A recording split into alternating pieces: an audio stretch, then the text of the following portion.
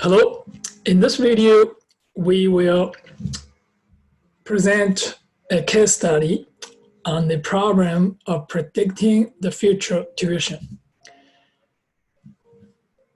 Suppose that the tuition for university is $10,000 this year and it increases 7% every year.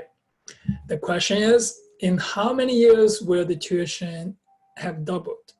So we're going to write a program to find out. To do so, we first do it by hand. Look at, this is year 0 now, current year. In 1 year, the tuition will be increased 7%. So that is the new tuition, is tuition times 1.07.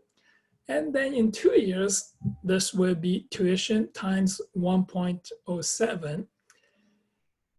Best from the previous tuition. So you can do this, continue to do it, and keep doing this, and look at the tuition until it is at least doubled.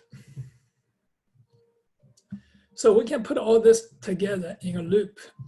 If the tuition is less than 20,000, we need to go to look for 1 more year.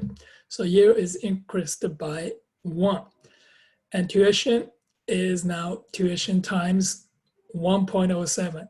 So this continues after this loop is finished, the tuition is at least doubled. So here is the program.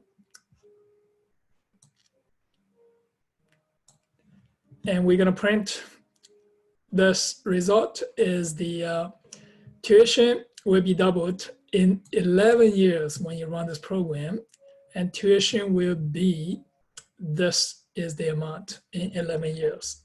So this is the loop. Why tuition is less than 20,000. We will continue. That is all for this case study. See you on a new case study in the next video.